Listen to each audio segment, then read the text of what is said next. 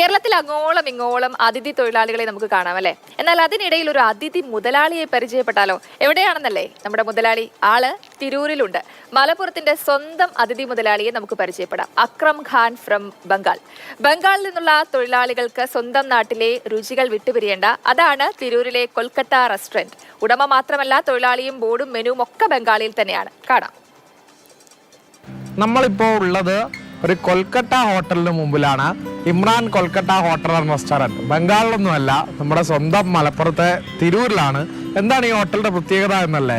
കുറച്ച് പ്രത്യേകതകളുണ്ട്, ഒന്ന് പോയി നോക്കാം.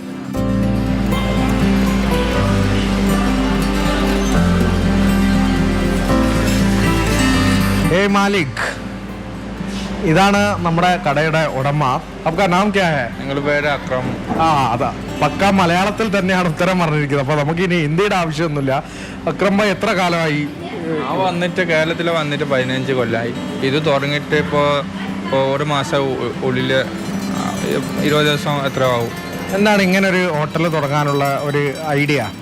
നിങ്ങളിവിടെ ബംഗാളിക്കാർക്ക് കേരള ഫുഡ് അത്ര ഇഷ്ടമില്ലാത്ത നിങ്ങളിവിടെ ചില നിങ്ങൾ ബംഗാളി ഫുഡ് ഉണ്ടാക്കും, അങ്ങനെ ബംഗാളിക്കാർക്ക് തിന്നു, അങ്ങനത്തെ പിന്നെ മലയാളം തിന്നു, അങ്ങനെ ഇവിടെ ഉദ്ദേശം.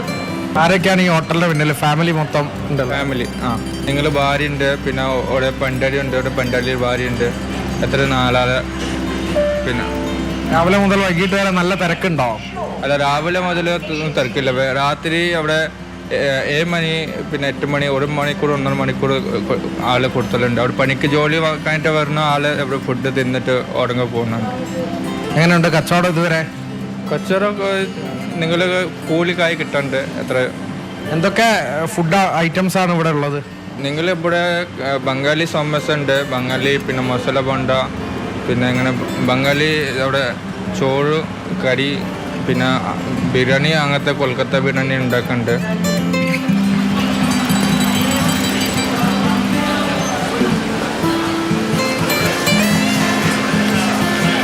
നിങ്ങൾ ഈ ഹോട്ടലിൽ നിങ്ങൾ ഫുൾ ഫാമിലി സപ്പോർട്ട് ഉണ്ട്.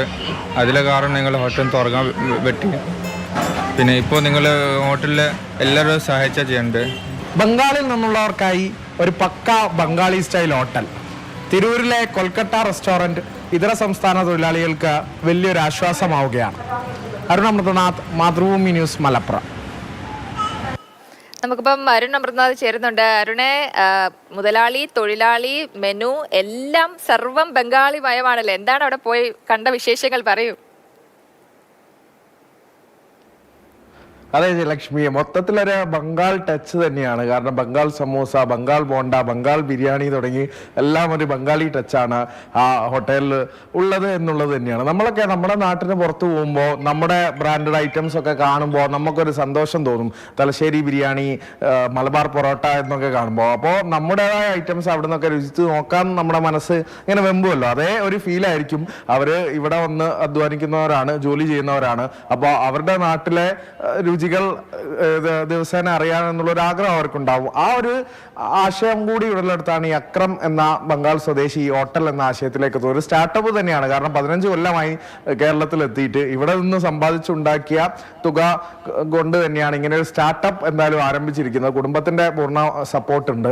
അങ്ങനെ ദിവസേന നല്ല രീതിയിൽ തന്നെ നല്ല പങ്കാളിത്തം ഉണ്ട്. ഹോട്ടലിൽ പോയപ്പോഴൊക്കെ നല്ല തിരക്കും നമ്മൾ കണ്ടിരുന്നു. മൊത്തം ഈ ബംഗാളി ഐറ്റംസ് ഒക്കെ തന്നെയാണ്, അവരുടെ രുചിക്ക് അനുസരിച്ചുള്ള വിഭവങ്ങളൊക്കെ തന്നെയാണ് അവിടെ ഉള്ളത് എന്നുള്ളത് തന്നെയാണ്. പ്രത്യേക മെനു ഒക്കെ ഉണ്ട്. അപ്പോൾ ഇത്തരം ആശയങ്ങൾ ഒരു മാതൃകയാക്കി എല്ലാവരും നമ്മൾ കേരളത്തിന്റെ പല ഭാഗങ്ങളും ഒക്കെ കണ്ടു. എന്തായാലും ഒരു ബംഗാളി മുതലാളിയായി തന്നെ അക്രം ഇവിടെ.